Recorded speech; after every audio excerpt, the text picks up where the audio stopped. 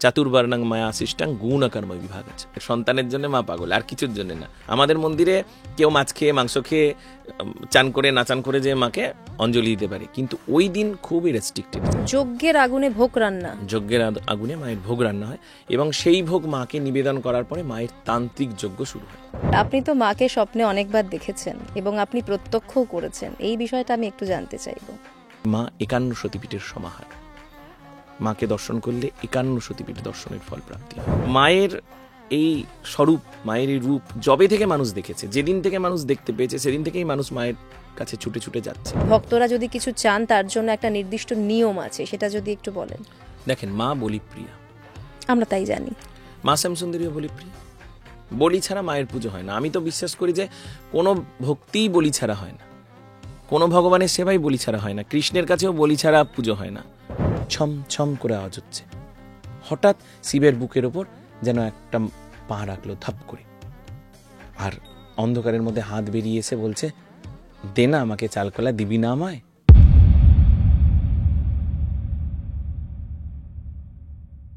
সঙ্গে সঙ্গীতায় আপনাদের সঙ্গে আমি সঙ্গীতা।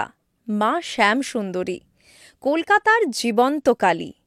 অনেক কন্ট্রোভার্সি হয়েছে, কিন্তু আসল সত্যিটা ঠিক কি, তাই জানবো আজকের এই পডকাস্টে।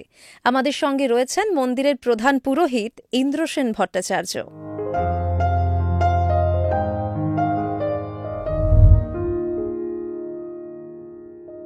সঙ্গে সঙ্গীতায় আপনাকে স্বাগত ঠাকুরমশাই।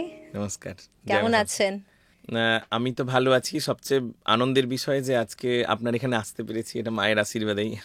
না, একদম মায়ের নিশ্চয়ই আশীর্বাদ, যার জন্য আজকে মাকে নিয়ে আমরা আলোচনা করতে পারবো। মা কেমন আছেন? মা ভালো আছেন, কারণ মা তো একটা জিনিসের জন্যই পাগল হয়, ভক্ত। এখন ভক্তদের সঙ্গে মায়ের দেখা সাক্ষাৎ হচ্ছে, মায়ের সন্তানের জন্য মা পাগল, আর কিছুর জন্য না। আর সেটা মা পাচ্ছে বলে মা খুব ভালোই আছে। এখন তো নতুন জায়গায় মন্দির, মুকুন্দপুরে। ভক্তরা আসছেন মন্দিরে, এখন কিরকম সবকিছু চলছে? ভক্তরা আগের মতোই আসছেন, একটু দূর হয়েছে, কারণ মানে যোগাযোগের ব্যবস্থা খুবই ভালো। বাসে বা ট্যাক্সিতে যে যেমনভাবে আসতে চায় বা নিজের গাড়ির মাধ্যমে আসতে পারে, ট্রেনের মাধ্যমে। কিন্তু যে শিয়ালদার মেইন জায়গায় মা ছিলেন সেটার তুলনায় একটু দূর হয়েছে, কিন্তু ভক্তদের মধ্যে কোনো রকম ভক্তির ভাটা পড়েনি, মায়ের টানের ভাটা পড়েনি। ফলের অমাবস্যায় মেট্রো ক্যাশ অ্যান্ড ক্যারি আমাদের মন্দির থেকে প্রায় 3-4 কিলোমিটার দূর, অত দূর পর্যন্ত প্রায় লাইন হয়ে গেছিলো, এমন অবস্থা। তো এটা দেখে বুঝতেই পারছেন, এই মন্দিরেও এরকম ভিড় এর আগে কখনো হয়নি। সুখিয়া স্ট্রিটের মন্দিরেও এরকম ভিড় কখনো হয়নি, যে ভিড় ফলের অমাবস্যায় মা দেখিয়ে দিয়েছে। তো মা যেখানেই যাক, ভক্তরা সেখানেই যে হাজির হবে, এটা মাও প্রমাণ করে দিয়েছেন, মায়ের ভক্তরাও প্রমাণ করে দিয়েছে। একেবারেই তাই। কয়েকটা জিনিস জানার রয়েছে আপনার কাছ থেকে। এই যে মা শ্যামসুন্দরী এবং মা কালী, পার্থক্য আছে কিছু? মা শ্যামসুন্দরের মা কালীর মধ্যে পার্থক্য আছে, আবার পার্থক্য নেই। পার্থক্য যেটা, সেটা হলো মা শ্যামসুন্দরীর একটা বিশেষ তত্ত্ব আছে। মা কালী সাধারণত বর, অভয়, দণ্ডমুণ্ড এরকমই তত্ত্ব বলা হয়। মা শ্যামসুন্দরীর যে চতুর্বাহু তত্ত্ব, 4টে বাহুর তত্ত্ব এবং দ্বিপদ তত্ত্ব, মায়ের দক্ষিণ পদ মানে সামনের যে ডান পা, সেটা কল্পবৃক্ষের কমল রূপ শিবের হৃদয় কমলের ওপর স্থাপিত, আর বাম পদ সৃষ্টির আদি কণারূপ বিষ্ণু নাভির ওপর স্থাপিত। মায়ের দুজন ভৈরব আছেন, একজন শিব জগন্নাথ, একজন বিষ্ণু জগন্নাথ, মায়ের দুজন ভৈরব। আর মায়ের যে চতুর্বাহু, সেটাই বর আর অভয় আপনি দেখতে পান। মা কালীর সঙ্গে মা শ্যামসুন্দরীর এইটাই মিল, বর অভয় মুদ্রা আছে। মায়ের যে খড়গের হস্ত, এটাকে অনেকে বলে দণ্ড, মা শ্যামসুন্দরীর ক্ষেত্রে এটা অভয় মুদ্রাই। এই খড়গটা তার ভক্ত বা সন্তানকে দণ্ড দেবার জন্য তিনি ধারণ করেননি, অভয় দেবার জন্য ধারণ করেছেন, যে কেউ যদি তোমার কখনো ক্ষতি করতে চায় বা তোমার ক্ষতির চেষ্টা করে, আমি আছি। প্রোটেকশন, এটা প্রোটেকশন। আর যে মুন্ডর হাতটা, মায়ের হাতে দেখবেন মুন্ডর সঙ্গে কমল আছে। মায়ের হাত ওই রকমই, শুধু মুন্ড আছে, আমরা ভালোবেসে কমল লাগাই এরকম না। মায়ের যে তত্ত্ব, সেইখানে বলা হচ্ছে যে মুন্ড আর কমল সমেত মায়ের হাত। মুন্ড হলো শাস্তির প্রতীক, সন্তান দোষ করলে তাকে শাস্তি দেবে। কিন্তু মা শ্যামসুন্দরী হলেন মা, দ্য আলটিমেট মাদার, চিরন্তন মা। তো মা কখনো সন্তানের বিচার করতে পারে না। একটা সাপের বাচ্চা যদি 50টা হাতিকে মেরে এসে মায়ের কাছে লুকায়, মা কি করে তার বাচ্চাকে বাঁচাবে এটাই চেষ্টা করবে, আর বলবে ভুল করে ফেলেছে, বুঝতে পারেনি। মা শ্যামসুন্দরীর তত্ত্বে যে এই মুন্ডের সঙ্গে যে কমলটা থাকে, কমল হলো জ্ঞানের প্রতীক, প্রজ্ঞার প্রতীক। আপনার মধ্যে যেই জ্ঞানের উদয় হলো আপনি সেই ক্ষমা পেয়ে গেলেন। মা বলছে আমার সন্তান বুঝতে পেরেছে, এটাই সব। তাই মায়ের হাতে মুন্ড আর কমল থাকে। এটাই মা শ্যামসুন্দরী এবং অন্য মা কালীর সঙ্গে পার্থক্য। মায়ের বিশেষ কোনো পূজা পদ্ধতি রয়েছে? মায়ের বিশেষ পূজা পদ্ধতি আছে। মায়ের প্রতি অমাবস্যায় বিশেষ পূজা পদ্ধতিতেই পুজো হয়। মায়ের পুজো শুরু হয় বেদোক্ত রাত্রিসূক্ত, ভরদ্বাজের বেদোক্ত রাত্রিসূক্ত দিয়ে। এখানে মাকে বলা হয়েছে তুমি রাত্রি। কেমন রাত্রি? অবশ্যই এটা বিস্তৃত একটা আলোচনার বিষয়, তবু আমি সংক্ষেপে বলছি যে কেমন রাত্রি। যেমন রাত্রিতে সবাই, একটা হরিণ, একটা সিংহ, একটা পাখি, একটা মানুষ, সবাই নিশ্চিন্তে ঘুমাতে পারে। তুমি তেমন, তুমি রাত্রির মতন, যেখানে মানুষ নিশ্চিন্ত হতে পারে। একটা মানুষ যখন ঘুমিয়ে যায় তার আর কোনো চিন্তা থাকে না, কোনো ভাবনা থাকে না, সে যেন কারো কাছে নিজেকে সমর্পণ করে দেয়। তুমি সেই সমর্পণ করে দেওয়ার শক্তি, তুমি রাত্রির মতো। সেই বেদোক্ত রাত্রিসূক্ত দিয়ে মায়ের পুজো শুরু করা হয় এবং অন্ধকারে মায়ের পুজো হয় প্রদীপের আলোয়। আর প্রতিদিনই মায়ের বিশেষ পুজো হয়। রাত্রি 12টার পরে মায়ের একটা বিশেষ পুজো হয় প্রতিদিন, রাত 12টা থেকে 3টের মধ্যে কোনো একটা সময় মায়ের এই সময় কি ভক্তরা যেতে পারেন? না, এই সময়টা ভক্তদের জন্য রেস্ট্রিক্টেড। আর এমনি সারাদিন ভক্তরা থাকতে পারেন। দুবেলা আমাদের মন্দিরে ভোগ মাকে নিবেদন করা হয় এবং যে ভোগ মা খান সেই ভোগই সবার মধ্যে দেওয়া হয়, ভক্তদের পেট ভরে প্রসাদ দেওয়া হয়। এটা একটা বিশেষ কথা যে মায়ের জন্য 5 রকম ভাজা করে দেওয়া হয় না। মা যেদিন 5 রকম ভাজা খায়, যেদিন ভক্তরা খেতে পারবে, মায়ের মন্দিরে আগত সন্তানটা খেতে পারবে, সেই দিনই মা 5 রকম ভাজা খান। মানে খাবারের একই থাকবে, খাবার একই থাকবে। একই। মায়ের জন্য আলাদা করে কিছু রান্না হয় না। ভক্তদের জন্য যা হয় মায়ের জন্যও তা হয়, আলাদা কিছু হয় না। এটা মায়ের বিশেষত্ব। আর কালী পুজোর সময় আমাদের একটা বিশেষ পুজো হয় মায়ের, দীপান্বিতা অমাবস্যা যেটাকে বলছে। সেই সময় মায়ের আগের দিন মায়ের একটা বিশেষ ভোগ হয়। ওই দিন মাকে, যে প্রধান পুরোহিত থাকেন, সে মাকে রান্না করে 14 শাক মাকে নিবেদন করা হয় চতুর্দশীর মধ্যে, এবং মাকে মুখে খাইয়ে দেওয়া হয়। ওই একদিন বছরে মাকে মুখে খাইয়ে দেওয়া হয়, কারণ বছরে একদিন মা উপোস থাকেন। আমাদের মন্দিরে কেউ মাছ খেয়ে, মাংস খেয়ে, চান করে না চান করে যে মাকে অঞ্জলি দিতে পারে, কিন্তু ওই দিন খুবই রেস্ট্রিক্টেড। যে উপোস করে থাকবে সেই যে মাকে অঞ্জলি দিতে পারবে, নির্জলা উপোস। তো মায়ের মন্দির কালী পুজোর দিন, মানে দীপান্বিতা অমাবস্যায় সকাল থেকে সন্ধ্যা পর্যন্ত বন্ধ থাকে। তারপর সন্ধ্যায় সূর্য ডুবলে, নকল সূর্য ডুবলে আসল সূর্য দর্শন দেন মা, আমাদের আসল সূর্য, কারণ সেই আমাদের জ্ঞানের উদয় ঘটান আমাদের মধ্যে। তো তারপরে মায়ের মন্দির খুলে মায়ের ধ্বজ উত্তোলন হয়। মন্দিরে সারা বছর একটা পতাকা টাঙানো থাকে, গেরুয়া ধ্বজ, তার মধ্যে চক্র থাকে, সাদা নীল চক্র থাকে। সেটা ধর্মচক্রের প্রতীক। আমরা যে জন্ম মৃত্যুর মধ্যে ঘুরছি তার থেকে বের করতে পারেন মাই, আমাদের মধ্যে জ্ঞানের উদয় ঘটিয়ে। সেই পতাকা উত্তোলন করা হয়, মায়ের মুখ প্রদীপ দিয়ে দেখে ওই পতাকা উত্তোলন করা হয়। তারপরে মায়ের বিশেষ পুজো চলে। এই দিন আমাদের বিশুদ্ধ তান্ত্রিক মতে মায়ের পুজো হয়, শুধুমাত্র বিশুদ্ধ তান্ত্রিক মতে, শুধুমাত্র প্রায় মানে 99% বীজ মন্ত্র দিয়ে পুজো হয়। আর তার পরের দিন সূর্য উঠলে মায়ের এক বিশেষ যজ্ঞ শুরু হয়। সেই যজ্ঞ বৈদিক যজ্ঞ, এবং বৈদিক যজ্ঞের আগুনে মায়ের ভোগ রন্ধন হয়, আদি মহাপ্রসাদ। যজ্ঞের আগুনে ভোগ রান্না? যজ্ঞের আগুনে মায়ের ভোগ রান্না হয়, এবং সেই ভোগ মাকে নিবেদন করার পরে মায়ের তান্ত্রিক যজ্ঞ শুরু হয়, কিন্তু সূর্য ওঠার পরে। এই দিন আর একটা বিশেষ আমাদের উৎসব ঘটে এখানে।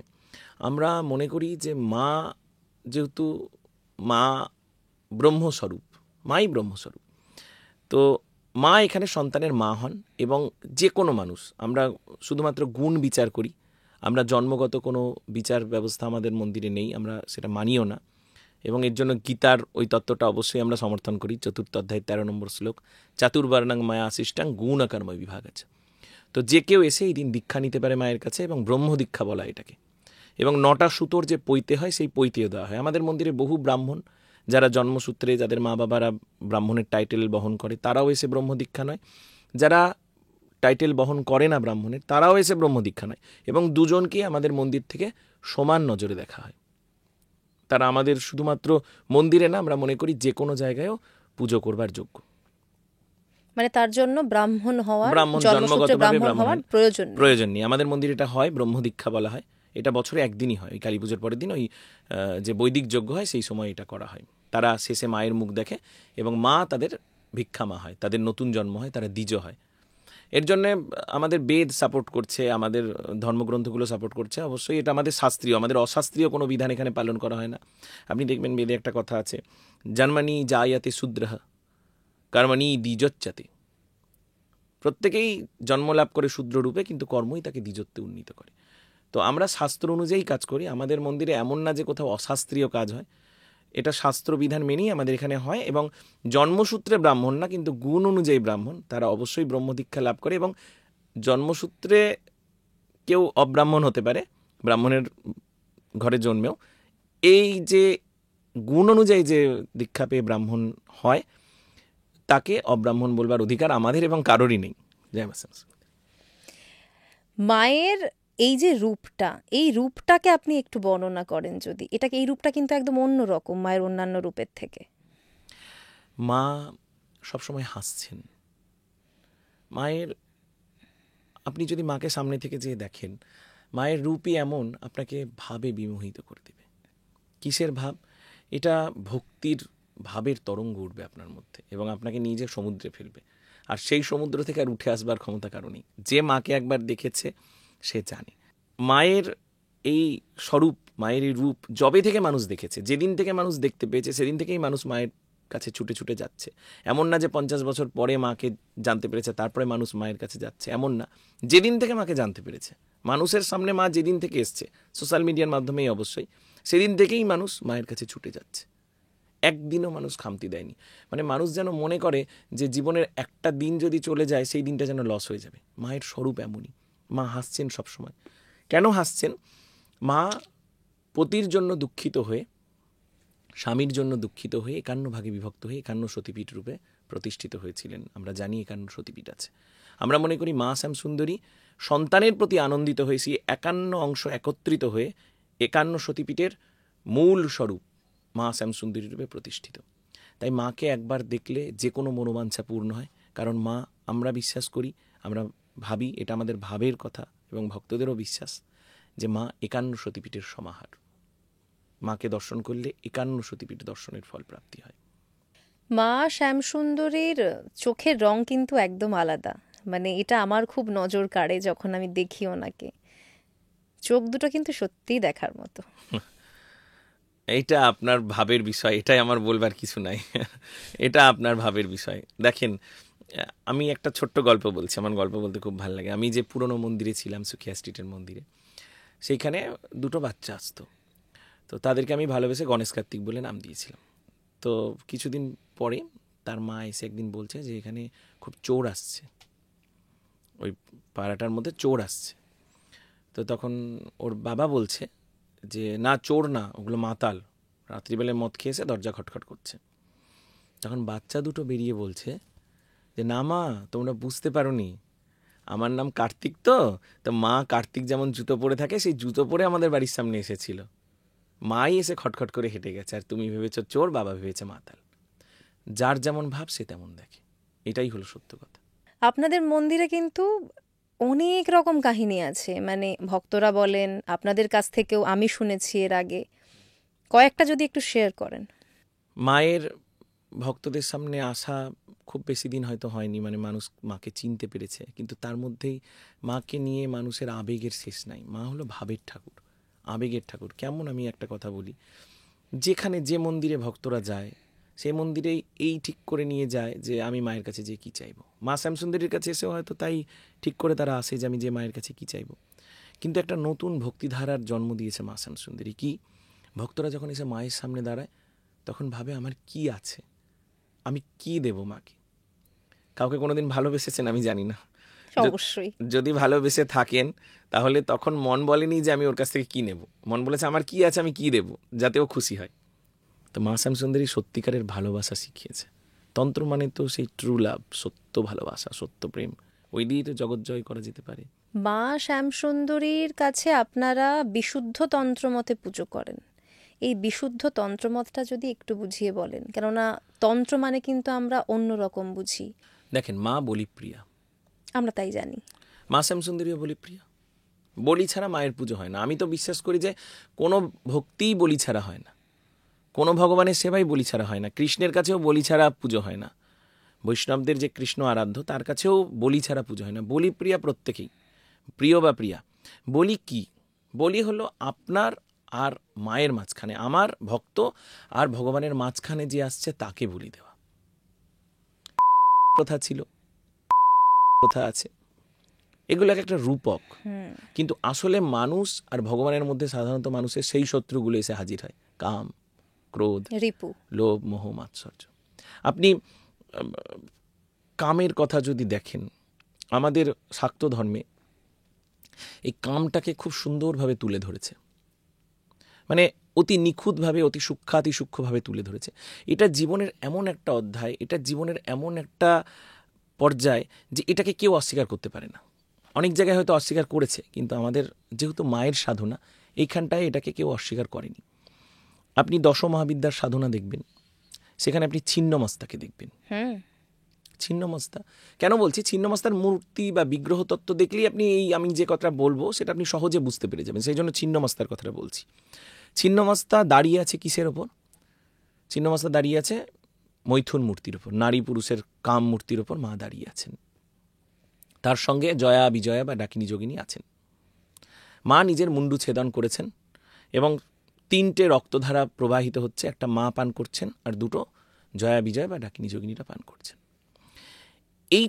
এটাই প্রকাশ করছে যে গীতায় একটা কথা ভগবান বলেছিল যে যে আত্মাতেই সব কিছু জেনে আত্মার মধ্যেই রমণ করেন, জানবেন সেই যোগী, সে ব্রহ্মের স্বরূপ। মা এখানে ব্রহ্ম স্বরূপ, ছিন্নমস্তা এখানে পরমেশ্বর স্বরূপ, ভগবান স্বরূপ, পরমাত্মা স্বরূপ, আর জয়া বিজয় এখানে জীবাত্মা স্বরূপ। জীবাত্মার ক্ষমতা থাকে না নিজেকে তৃপ্ত করবার, তাই ছিন্নমস্তা নিজের রক্তে নিজেই তৃপ্ত হচ্ছেন। আর নিজের রক্ত দিয়ে এখানে কিন্তু ছিন্নমস্তা ওদেরকে রক্তপান করিয়ে নিজে তৃপ্ত হচ্ছেন না। এখানে ছিন্নমস্তা যিনি পরমাত্মা স্বরূপ, যিনি, তিনি কামুক না, তিনি কামতাড়িত না, তিনি নির্বিকল্প, কামকে তিনি জয় করেছেন, তাই তিনি নিজেই নিজেকে তৃপ্ত করতে পারছেন। আর জয়া বিজয়া নিজেকে নিজে তৃপ্ত করতে পারছে না, তাই মা তাদেরকে তৃপ্ত করাচ্ছেন। কিন্তু ওই যে নারী পুরুষের যে যুগল মূর্তি, সেইখান থেকে তারা দুজন দূরে দাঁড়িয়ে আছেন। এই জাগতিক কামনার মায়া থেকে মুক্ত করবার জন্য মা তাদের সামনে যে হাজির হচ্ছেন এবং তাদের কামনা বাসনা দূর করছেন। আর একটা গল্পের কথা আমি বলবো, এটা আমাদের বাংলায় খুব একটা প্রচলিত না, দক্ষিণ ভারতে এটাকে খুবই নাচের মাধ্যমে এই গল্পটা দেখানো হয়। কি গল্প? একটা পচা গলা শরীর প্রথমে ব্রহ্মার কাছে যাচ্ছে, বলা হয় এটা মহামায়ার শরীর। তিনি ছদ্মবেশে পচা গলা শরীর নিয়ে ব্রহ্মার কাছে যে হাজির হচ্ছে। ব্রহ্মা ছিচি ছিচি করে দূর করে দিচ্ছেন। নারায়ণের কাছে যাচ্ছেন, নারায়ণও ওরে বাবারে করে পালিয়ে যাচ্ছেন। শিবের কাছে যখন যাচ্ছেন তখন শিব তাকে কোলে তুলে নিচ্ছেন। এই পচা গলা শরীরটা মানে কি বোঝাতে চেয়েছে? পচা গলা শরীর মানে এমন একটা শরীর যেটার প্রতি তোমার কোনো আকর্ষণ নেই, তুমি যেটার প্রতি কোনো রকম কামনা বা বাসনা অনুভব করো না, কিন্তু সেই শরীরটা তোমার কাছে কাম তৃপ্ত করবার জন্য আবেদন জানাচ্ছে। শুধু ভগবানই পারে এই দিক থেকে তাকে সরিয়ে আনতে। এই যে জাগতিক মোহমায়া, কামনাটা জাগতিক মোহমায়ার একটা সবচেয়ে গুরুত্বপূর্ণ অংশ। আপনি দেখবেন যে পৃথিবীতে প্রতিটা মানুষ যে যে নেশাগুলো ধরে, মদের নেশা, জুয়ার নেশা, টাকার নেশা, ভক্তির নেশা, পূজোর নেশা, সাধু হওয়ার নেশা, সবই কিন্তু একটা নেশা, যেটা মানে জন্মার্জিত নেশা, কামনার নেশাকে ভুলবার জন্য, আর কিছুর জন্য না। তো ভগবানই শুধু পারে আপনাকে এই কামনা বাসনা থেকে মুক্ত করে চিরন্তন আনন্দ দিতে। সেই শুধু আপনার জন্যে ওই পচাগলা শরীর আপনার গ্রহণ করতে পারে, নিজের কোনো আকর্ষণ নেই, আপনার আকর্ষণ তৃপ্ত করবার জন্য সে আপনার কাছে এসে দাঁড়াতে পারে। মা শ্যামসুন্দরী তাই। মা শ্যামসুন্দরী তার এই হাসির মধ্য দিয়ে, তার পুষ্পাঞ্জলির মন্ত্রটাও এইরকমই, যে আমি তোমার জন্য সব কিছু করতে পারি। আমি পুষ্পাঞ্জলির মন্ত্রটা একটু বলবো আপনাদের, আপনারা শুনবেন। বলছে, আয়ুর দেহি, মা আমাকে আয়ু দাও। যশো দেহি, মা আমাকে যশ দাও, যশ মানে সুনাম। ভাগ্যাং ভগবতী দেহি মে, মা আমাকে সৌভাগ্য প্রদান করো। আমি আয়ু দিয়ে দিয়েছো, আমাকে যশ দিয়ে দিয়েছো, সবাই আমার এখন নাম করছে। এবার যদি আমার জীবনে দুর্ভাগ্য আসে, আমি যদি ভুল কাজ করে ফেলি, তাহলে লোকে তো আমাকে খারাপ বলবে, মা তো আমাকে সৌভাগ্য প্রদান করো। তারপরে বলছে পুত্রান দেহি। পুত্রান দেহি মানে সিকিওর ফিউচার, সুরক্ষিত ভবিষ্যৎ। কেন? তার কারণ এবার মায়ের কাছে যেটা চাইবে সেটা হলো ধনং দেহি, টাকা দাও, ধন সম্পত্তি দাও। আপনি অনেকটা টাকা নিয়ে রাস্তা দিয়ে যাচ্ছেন, একজন কেড়ে নিয়ে চলে গেল, সে টাকার কি কোনো মানে আছে? একটা বিশাল বাড়ি বানালেন, একটা গুন্ডা এসে জোর করে দখল করে নিল। তাই বলছে আগে সিকিওর ফিউচার করে দাও পুত্রান দেহির কথাটার মধ্যে দিয়ে, তারপরে ধনাং দেহি। তারপরে যে কথাটা বলছে, এইটা মানে এমন একটা কথা যে আপনি পৃথিবীর যত আপনজন যার কাছে যে এই কথা বলেন আপনাকে সে খারাপ বলবেই। নিজের মায়ের কাছে গেলেও আপনার মা বলবে তুমি অসৎ চরিত্র। সর্বাম কামাংস যে দেহিমে, আমি যা চাই আমাকে তাই দাও। মায়ের মন্ত্র এই শব্দটাকে পরিপূর্ণতা দিচ্ছে। এত খারাপ কথা অথচ মায়ের মন্ত্রে এই কথাটা বলতে হচ্ছে কেন? মা জানে আমাকে ছাড়া কাকে বলবে সন্তান, আমি ছাড়া কে ওর এই অনুভবকে বুঝবে, ওর এই কষ্টটাকে কে অনুভব করবে। তারপরে বলছে দুর্গা তারিণী দুর্গে তাং, আমি এসব চাইতে গিয়ে, টাকা চাইতে গিয়ে, কাম চাইতে গিয়ে, আয়ু চাইতে গিয়ে, যশ চাইতে গিয়ে যদি ভুলভাল কাজ করে ফেলি তাহলে তো আমি দুর্গতিতে পড়ে যাব। তুমিই আমাকে দুর্গতি থেকে উদ্ধার করবে। সারবা শুভ নিবারিণী, যা যা অশুভ হয়ে যাবে আমার দ্বারা সেইগুলোকে সব তুমি শুভতে কনভার্ট করবে, সব অশুভ নিবারণ করবে। ধর্মার্থ মোক্ষদে দেবী, ধর্ম দেবে মানে আমি ধর্মের পথে চলবো, অর্থ দেবে, টাকা দেবে, মোক্ষও দেবে আমাকে। নিত্যাং মে বরদা ভাব, মানে তুমি সব সময় আমার সঙ্গে ছিলে। নিত্যাং মে বরদা ভাব মানে তুমি কখনো আমাকে একলা ছাড়নি, কখনো তুমি আমাকে ছেড়ে থাকোনি। তাহলে আমি কি করে ভুল কাজ করতে পারি? পৃথিবীর আর কেউ নেই যে আপনার দোষকে, আপনার পাপকে, আপনার অন্যায়কে নিজের কাঁধে তুলে নেবে। মা শ্যামসুন্দরী নেবে, কারণ সে জানে আমি তো আমার ছেলের হাত ধরে যাচ্ছিলাম। সে যদি লোকের বাড়ির যে একটা ক্ষতি করে দেয় তাহলে দোষটা তো আমার। মাকে ভালো পেয়ে কত কিছু চেয়ে নিচ্ছেন বলুন তো আপনারা। সবাই চাইতে পারে। সেই জন্য তো আমি বলতে এসেছি যে মা এইরকম। আমি নিজের জীবন দিয়ে বলছি, আমি যা মায়ের কাছে চেয়েছি মা আমাকে তাই দিয়েছে। এবার একটা প্রসঙ্গ বলি, কখনো একটা বাজে খেলনা, সেই খেলনাটা বাচ্চা সবসময় চায়, কান্নাকাটি করছে, মা কখনো দেয় কিন্তু কান্না থামানোর জন্য দেয়, তারপর ঠিক টাইম মতন সেটাকে টেনে নেয়। সবই যেন তার সন্তানকে ঠিক করবার জন্য, সন্তানকে সঠিক জায়গায় নিয়ে যাওয়ার জন্যে, এই যে জাগতিক কামনা বাসনা থেকে বের করবার জন্য, যে তুমি আমাকে ভালোবাসো, আমি তোমার সব তৃপ্ত করতে পারি। মায়েরই যেন রচা লীলা, সে সব পারে, তার কাছে না পারা কিছু নেই। মা শ্যামসুন্দরী এইরকম। একবার যে মানে আপনারা আর আমার এই আলোচনা দেখছে, কত কষ্টে থাকুক, কত দুঃখে থাকুক, কত কঠিন পরিস্থিতির মধ্যে থাকুক, কে কি পারবে আমি জানি না, কোথায় কি আছে আমি জানি না, শুধু মা শ্যামসুন্দরীর সামনে যে একবার দাঁড়াবেন আর নিজের মনের যা দুঃখ আছে, যা কষ্ট আছে একবার মাকে বলে আসবেন। যেতেও হবে না মায়ের কাছে, মা আপনার কাছে দাঁড়িয়ে আছে। মায়ের ছবি মোবাইলে দেখতে পান তো, আমরা একটা সগুণ ব্রহ্মে বিশ্বাস করি, তাই তার রূপ দেখতে চাই। মায়ের ছবির সামনে বলে দেবেন যে আমার এই কষ্ট, যদি পূরণ না হয় বলবেন যে আমি মিথ্যেবাদী, আমি মিথ্যা কথা এসে বলে গেছি।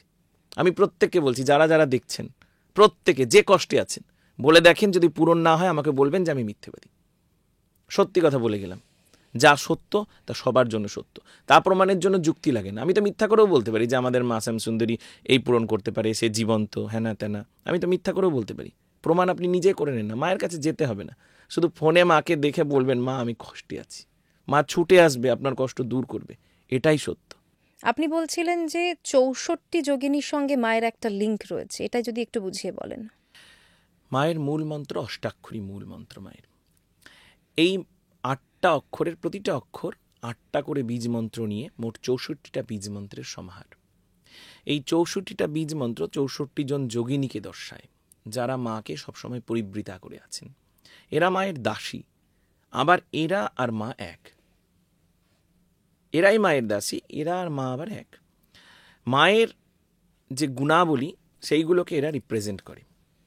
এই যে 16 জন যে যোগিনী আছেন, যারা আপনার সবার ভালো চাইছে, যারা তাদের মনোবাঞ্ছা পূর্ণ করবে, এর মধ্যেও সূক্ষ্মাতি সূক্ষ্ম ভাগ আছে। এটা মায়ানুষের অনুভব এবং ভাবের উপর নির্ভর করে 16 জন 16 রকম তত্ত্বকে রিপ্রেজেন্ট করছে, কিন্তু মূল দেখতে গেলে ওই একটাই তত্ত্ব, যে সবার ভালো হোক। আর একটা মানুষ কি চায়, যে আমার ভালো হোক, আমার ভালো হোক, আমার ছেলের ভালো হোক, আমার স্বামীর ভালো হোক, আমার বউয়ের ভালো হোক, আমার মায়ের ভালো হোক, আমার বাবার ভালো হোক, আমাকে ভক্তি দাও, আমাকে স্বর্গ দাও, আমাকে পুণ্য দাও, আমাকে চাকরি দাও, আমাকে টাকা দাও, আমি আমি আমি আমি চাই মানুষ। তখন আর 16 জন যোগিনী তাদের মনোবাঞ্ছা পূর্ণ করে। এর মধ্যেও আমি বলেছি যে সূক্ষ্মাতি সূক্ষ্ম ভাগ আছে, এক একটা যোগিনী এক এক রকম এই 16 ভাগেরও সূক্ষ্ম যে ভাগ সেইটা তারা নির্ধারণ করে। আর 16 জন যোগিনী আছে, যখন কোনো মানুষ যে বলে মা ও আমাকে অনেক কষ্ট দিয়েছে, তুমি ওকে মেরে দাও, ওর পাটা ভেঙে দাও, ওর চাকরিটা খেয়ে নাও, ওর অভাব করে দাও। যোগিনীদের রুদ্ররূপ আছে তো, হ্যাঁ, ওর যেন সর্বনাশ হয় মা, ও আমাকে খুব কষ্ট দিয়েছে মা, ও যেন আমার চেয়ে বেশি কাঁদে। তখন আর 16 জন যোগিনী এই একইভাবে ভক্তের মনোবাঞ্ছা পূর্ণ করেন। এইখানটা আমি একটা কথা বলি, যে অনেকে বলবে যে কেমন মা, তার কাছে যে খারাপ চাইছে খারাপ দিচ্ছে। মা ছাড়া কার কাছে যে সন্তান বলবে? আমরা কিন্তু মায়ের কাছে শুধু চাই, মানে আমরা কিন্তু মাকে গিয়ে বলি না মা তুমি কেমন আছো, ভালো আছো তো, এটা না, কিন্তু জিজ্ঞেস করি না। এটাও কেউ করে, এটাও কেউ করে, কেউ করতে পারে। কারণ মা তাকে যদি সেই রকম করায় তবে সে করতে পারে। এই যে ভালোবাসা, আমি আহ, এতক্ষণ যে কামের কথা বললাম, কামকে অস্বীকার মানুষ করতে পারে না, কিন্তু মানুষ যখন এই কামরূপ সমুদ্র থেকে উঠে যায় না, সে যার মাধ্যমে উঠুক, উঠে যাওয়ার পরে মানুষ একটা নতুন দেশে পৌঁছায়, একটা আলাদা দেশ। সেই দেশের আর একটা দেশের মাঝখানে আছে বিশাল কামরূপ সমুদ্র। সেইটাকে যখন মানুষ পার করে তখন মানুষ একটা নতুন দেশে পৌঁছায়, সেইটারই নাম প্রেম। যখন ভগবানের সঙ্গে প্রেম হয় বা কারোর সঙ্গে প্রেম হয় তখন এটা ওই অচিন্ত। ৮-১৬ জন যে যোগিনী আছে তারা নির্গুণ ব্রহ্মের প্রতীক। নির্গুণ বা নিরাকার এই যে তত্ত্বটা, এটা সনাতন বা হিন্দু ধর্ম ছাড়া আর কোথাও নেই। আর কোথাও পাবেন না যে তিনি নিরাকার, তিনি নির্গুণ, অন্য কোথাও নেই। আমাদের ধর্মেই আছে এবং ৮-১৬ জন যোগিনী এই জিনিসটাকে রিপ্রেজেন্ট করে। এটা কেমন ব্যাপার? কখনো আপনার মনে সংসারও ভালো লাগে না, ঈশ্বরও ভালো লাগে না, কিছুই ভালো লাগে না, মনে বলে আমি একটু বনে যেয়ে চুপ করে বসে থাকতে চাই। এটা সবার হয়, একদিনের জন্য হলেও হয়, আবার কারো 10 বছরের জন্য হয়, কারো 2 দিনের জন্য হয়। এই অবস্থাটাকে নির্দেশ করছে নির্গুণ তত্ত্ব। কোনো গুণ নাই, আমি কিছুর মধ্যে নেই, আমি ভালো গুণের মধ্যে নাই, খারাপ গুণের, আমার কিছু চাই না, আমি কারো খারাপও চাই না, কারো ভালোও চাই না, আমি ভগবানও চাই না, আমি মাকেও চাই না। যখন মানুষের মধ্যে এই গুণের উদয় হয় তখন মানুষের মধ্যে মনে করা হয় যে বৈরাগ্যের সূচনা হচ্ছে। এই একটা বিশেষ জটিল তত্ত্ব এই মায়ের যে শেষ 16 জন নির্গুণতার প্রকাশ করছে। এর মধ্যে নিরীশ্বরবাদেরও গুণ আছে। আমরা ঈশ্বরবাদী, হ্যাঁ আমরা ঈশ্বরে বিশ্বাস করি, কিন্তু এই যে 16টা নির্গুণ তত্ত্ব মা 64 যোগিনীর মধ্যে নির্দেশ করছে, 16 জন। এর মধ্যে নিরীশ্বরবাদকেও মা স্থান দিয়েছেন। নিরীশ্বরবাদও এর মধ্যে আছে। এটা অতি জটিল বিষয়, ঠিক আছে? তো যাই হোক, এই 64টা তত্ত্ব 64টা গুণকে রিপ্রেজেন্ট করছে, যেটা আমাদের জীবনের সঙ্গে অঙ্গাঙ্গিভাবে জড়িত। আমরা মায়ের কাছে যাব, আমরা মায়ের কাছে যাব। আমরা আমাদের মা শ্যামসুন্দরীর তত্ত্ব এটাই বলে যে পৃথিবীতে কোনো মানুষ খারাপ না, কোনো মানুষ পাপী না, কোনো মানুষ পুণ্যবান না, সবাই সমান। জীবনে এমন একটা দিন আপনার আসবে, জীবনে এমন একটা পরিস্থিতি আপনার আসবে, আপনার খুব নিজের লোকও আপনাকে বলবে খারাপ। এটা তো হয়, সব মানুষই জীবনে ফেস করে। নিজের মাও আপনাকে বলবে যে তুমি খারাপ, তখনও মা শ্যামসুন্দরী বলবে না তুমি খারাপ না। কেন?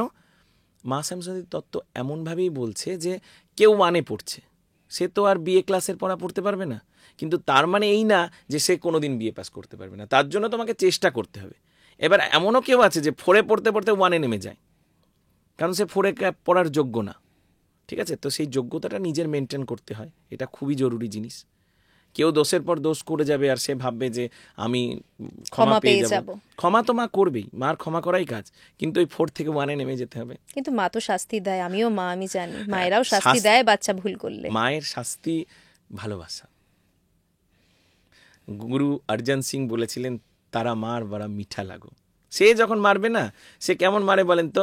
ওই দেখবেন যে, মানে বললেন বলে বলছি যে একটা বাচ্চাকে কেউ ভয় দেখাচ্ছে, বাচ্চা খুব ভয় পেয়ে যায় অন্ধকার ঘরের মধ্যে। এবার মা ভাবে বাচ্চা খুব দুষ্টমি করছে, বাচ্চাকে ভয় দেখাবো, মারবো।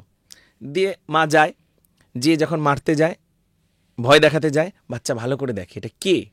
বাচ্চা বুঝতে পারে না, একটু সিরিয়াস হয়। তারপরে আবার যখন আসে তখন মাই হেসে ফেলে, তখন বাচ্চা বুঝে যে এটা কে এসছে। যেই মা ভয় দেখাতে যায় হেসে ফেলে, বাচ্চাই হাই করে হেসে ফেলে, মানে ওই ভয়টা ওরা আনন্দের হয়ে যায়। তো মায়ের মার সবসময় মিঠাই হয়, মায়ের মার কখনো কষ্টদায়ক হয় না। কিন্তু মা যখন বুঝতে পারে যে আমার ছেলে 4-এর যোগ্য না 1-এর যোগ্য, তখন 1-এ নামিয়ে দেয়। আপনি তো মাকে স্বপ্নে অনেকবার দেখেছেন এবং আপনি প্রত্যক্ষও করেছেন, এই বিষয়টা আমি একটু জানতে চাইবো। আমি যেমনভাবে আপনার সঙ্গে কথা বলছি তেমনভাবে আমি মাকে দেখতে পাই। শুধু আমি দেখতে পাই না, পৃথিবীর যে কেউ ইচ্ছা করলে মাকে দেখতে পারে, মায়ের সঙ্গে কথা বলতে পারে, কিন্তু তাকে চাইতে হবে যে আমি মায়ের সঙ্গে কথা বলতে চাই। আমাদের মায়ের সঙ্গে কথা বলতে আমি জানি না কার কত ভালো লাগে। আমি এতদিনে এই জীবনযাত্রায় মানুষের সঙ্গে মিশে এটা বুঝেছি যে মানুষ কেউ মায়ের সঙ্গে কথা বলতে চায় না, খুব কম মানুষ আছে। যদি কেউ চায়, সত্যিই তার মাকে চাই, সে মাকে কথা বলতে চায়, মায়ের সঙ্গে ভালোবাসা করতে চায়, তো মাও তার জন্য বসে আছে। পুনশ্চ বলে একটা কাব্যগ্রন্থ আছে রবীন্দ্রনাথের, সেখানে রবীন্দ্রনাথ বলছেন বিচ্ছেদের যাত্রাপথে আনন্দের নবনব পর্যায়, সেও তো নেই স্থির হে যে পরিপূর্ণ। আর স্বপ্নের কথা যেটা বলছেন, আমি একটা গল্প বলতে চাই। আমার গল্প বলতে খুব ভালো লাগে। একটা চাষি ছিল, মহাজ্ঞানী চাষি। আপনারা হাসবেন, মহাজ্ঞানী আবার চাষি, হতেই পারে। হ্যাঁ হতেই পারে। যাই হোক, মহাজ্ঞানী মহাধার্মিক সেই চাষির বহুদিন ধরে বাচ্চা কাচ্চা হয় না। পরিবার ছিল, একটা বাচ্চা হয় না, বহুদিন পরে একটা বাচ্চা হয়েছে। খুব ভালোবাসে বাচ্চাকে, চোখে হারায় এমন ভালোবাসে, মানে বউ চাষা দুইজন মিলে এমন ভালোবাসা দেয়, মানে জগতে মনে হয় বাচ্চাকেও দেখেনি। ছেলেটা একটু বড় হয়েছে, 12-13 বছর বয়স হয়েছে। চাষি চাষ করতে গেছে, হঠাৎ একদিন একজন এসে খবর দিচ্ছে যে তোমার ছেলে অসুস্থ, তোমার ছেলে কলেরা হয়েছে। ওসব চাষবাস ধান রোপছিল, ফেলে দিয়ে ছুটতে ছুটতে এসেছে ছেলেকে নিয়ে ডাক্তার ফাক্তার করে চিকিৎসা মিকিৎসা প্রচুর করিয়েছে। ছেলেকে আর বাঁচাতে পারলো না, ছেলে মরে গেল। চাষি কাঁদলও না, কিছু করলো না, চুপ করে বসে থাকলো। পরের দিন আবার নতুন করে চাষবাস শুরু করে দিল। তো চাষ টাস করে যখন ঘরে এসেছে সন্ধ্যাবেলায়, তখন ওর বউ খুব কাঁদছে। চাষিকে দেখিয়ে বলছে, তুমি এত পাষাণ, তোমার ছেলেটা মরে গেল, তোমার একবার কাঁদলাও না তার জন্যে? তখন চাষি বলছে যে আমি কালকে রাত্রে একটা স্বপ্ন দেখেছি, আমি রাজা হয়ে গেছি, আমার 8টা রাজপুত্র। হঠাৎ স্বপ্ন ভেঙে গেল। তা আমি এখন ভাবছি যে আমি কিসের জন্য কাঁদবো, আমার ওই একটা ছেলের জন্য না আমার রাজা আর 8টা রাজপুত্র ছেলের জন্য? আমাদের জীবনটা একটা বিশাল বড় স্বপ্নের মতন। আপনি মাকে স্বপ্নে দেখেছেন, আপনি একটু এড়িয়ে গেলেন, তাও আমি জানতে চাইবো যে মাকে দর্শন করা স্বপ্নে বা কখনো প্রত্যক্ষ করা সেই অনুভূতিটা কেমন? শুধু আমি না, মন্দিরের বহু ভক্ত মাকে দেখেছে। যে কেউ যদি চায়, অন্য কেউ যদি চায়, মাকে দেখতে পারবে। কেমন? মানে আমাদের মায়ের মন্দিরে মাকে মনে করা হয় যে মা যেহেতু বাচ্চা, পৃথিবীর আর কোথাও মায়ের বাচ্চা রূপে পুজো করা হয় না, আমাদের বাচ্চা একদম ছোট বাচ্চা মা শ্যামসুন্দরী। কেউ যদি ভালোবেসে মায়ের ছবি দেখেও ডাকে যে মা আমি কষ্টে আছি, তুমি আসো, মনে করা হয় মা তার বাড়ি চলে যায়। মায়ের যখন পরের দিন মন্দির দরজা খোলা হয়, গর্ভগৃহে দেখা হয় মায়ের চরণে ধুলা লেগে আছে, এবং ভক্তের বাড়ি গেছে সেই ভক্তও সেটা অনুভব করে। এরকম বহু ভক্ত আছে, একজন না। আমি তো এটা বলতেই পারি যে আমি দেখেছি, আমি এইভাবে দেখেছি, আমি সেইভাবে দেখেছি। বহু ভক্ত দেখতে পায় মাকে। এরকম অসংখ্য ভক্ত আছে যারা মাকে দেখেছে, মা যাদের বাড়ি গেছে, যারা মন্দিরে মাকে দেখেছে নুপুর পরে হেঁটে যেতে, তাদের সঙ্গে সে কথা বলতে। তাছাড়া কেউ মন্দির খুঁজে পাচ্ছে না, আপনারা জানেন সুখিয়া স্ট্রিটে একটা গলির মধ্যে মায়ের মন্দির ছিল, অনেকেই বুঝতে পারতো না, হাত ধরে নিয়ে এসেছে একটা ছোট বাচ্চা, তুই মা শ্যামসুন্দরীর মন্দির যাবা, চলো, নিয়ে এসে হট করে ছুটে যেয়ে হা হয়ে গেল। এরকম বহু ঘটনা আছে। তাছাড়া আমাদের মন্দিরের যারা পুরোহিত, কৃষ্ণেন্দু বলরাম, এরা বহুবার প্রত্যক্ষ করেছে এবং সেটা সবার সামনে বলেওছে যে মা হাঁটছে, মা কিভাবে কথা বলছে। আমি নিজে মায়ের গন্ধ অনুভব করেছি, মায়ের নুপুরের আওয়াজ অনুভব করেছি। মানে এটা কোন সময়? আমি তো রাত্রিবেলা এমনি 12টা থেকে 3টের মধ্যে মায়ের পুজো করি, আমি বেশিরভাগ সময় করি। তো সেই সময়ের পরেই মায়ের সাধারণত এইরকম আওয়াজ পাওয়া যায়। শুধু তাই না, দিনের বেলায় অনেক ভক্ত দেখেছে, ভক্তদের মধ্যে দিয়ে ঘুরে গেছে, কারো গায়ে এরকম ঠেলা মেরেছে। বাচ্চা অত কিছু বোঝে না, ভালোবেসে একবার ডাকলেই সে ছুটে চলে যাবে। আর ওর সবসময় ওই যখন মন্দিরের গর্ভগৃহ বন্ধ হয় দুপুরবেলায়, আমাদের 12টা 12:30টার সময় মায়ের ভোগ হয়, বা 1টার সময় ভোগ হওয়ার পরে 4টে পর্যন্ত মন্দির বন্ধ থাকে। সেই সময় অনেক ভক্তরা দূর দূরান্ত থেকে যারা এসেছে, তারা বাইরে বা নাটমণ্ডপে কোথাও বসে থাকলে দেখা যায় তাদের পাশে যেয়ে বসে আছে একটা বাচ্চা মেয়ে নুপুর পরে। তারা মন্দিরের ভিতরে ঢুকে দেখে যে সেই একই নুপুর মা শ্যামসুন্দরী পরে আছে, আর বাচ্চাটাকে দেখতে পাওয়া যায় না। এরকম বহু ঘটনা ঘটেছে বহু জনের সঙ্গে। আপনি হয়তো মানে ইউটিউব বা যে সোশ্যাল মিডিয়া, সেখানে সার্চ করলে দেখতে পাবেন যে তারা নিজেদের এই বিশেষ অনুভবকে সবার সামনে ব্যক্ত করছে, প্রকাশ করছে। একটা আমাদের মন্দিরে একজন আসতেন, সুখিয়া স্ট্রিটেরই, সে ভলেন্টিয়ারিও করতেন। তাকে মানে এবার স্বপ্নের কথা বলছেন, তাকে সে স্বপ্ন দেখছে, একটা ছোট বাচ্চা মেয়ে এসে বলছে যে শোনো না, আমাকে জিলাপি কিনে দাও। তখন সে বলছে তোকে আমি পয়সা দেবো না, কোথায় জিলাপি আছে বল। তো বলছে না, আমি পয়সা চাইনি তো, আমাকে জিলাপি কিনে দাও। তখন চল তাহলে, দিয়ে মানে স্বপ্নে দেখছে, সে হাত ধরে নিয়ে গেছে, নিয়ে যেয়ে দেখছে, তখন বলছে এই জিলাপি আমি খাই না, একটা জায়গা আছে যেখানে প্রচুর ভিড়, কালীগুদাম নাম, সেইখানে কেশরের জলে ভাজা জিলাপি আমার জন্য তুমি নিয়ে আসবে। তো বলছে সেটা আবার কোথায়? বলছে তুমি দেখবে না, তুমি ঠিক খবর পেয়ে যাবে, সেখানে প্রচুর দেখবে ভিড়, লাইন দিয়ে লোক দাঁড়িয়ে আছে। দিয়ে স্বপ্নের মধ্যে দেখছে সে গেছে, মানে স্বপ্নের মধ্যে দেখছে বড় বাজারে কালী গোদাম আছে, সে বড় বাজারে গেছে, স্বপ্নেই দেখছে জিলাপি নিয়ে এসে অনেকটা জিলাপি এনেছে, এনে ওকে বলছে যে এনে তোর জন্য জিলাপি এনেছি। বলছে না না, আমি সবসময় খাই না, আমি তো ছোট, আমার বাবার হাতে তুমি জিলাপি দিয়েছো, আমার খাওয়ার সময় আমার বাবা আমাকে দুপুরবেলায় দেবে, আমি তখন খাবো। এই ঘটনাটা, তার নাম সোমনাথ বলে নাম, সে ওই আমাদের ওখানে গড়পাড়ের ওইদিকে থাকে। সে বহুজনের সামনে এই কথাটা বলেছে, মানে তার জীবনের ঘটনা। এবং সে ওইখানে যখন গেছে বড় বাজারে, রবিবারের দিন বোধহয় গেছিল কালীগোদামে, না শনিবার গেছিল, প্রচুর ভিড়, এবং যাও স্বপ্নে দেখেছে যেমন লাইন, সবটাই একই রকমভাবে মিলে গেছে।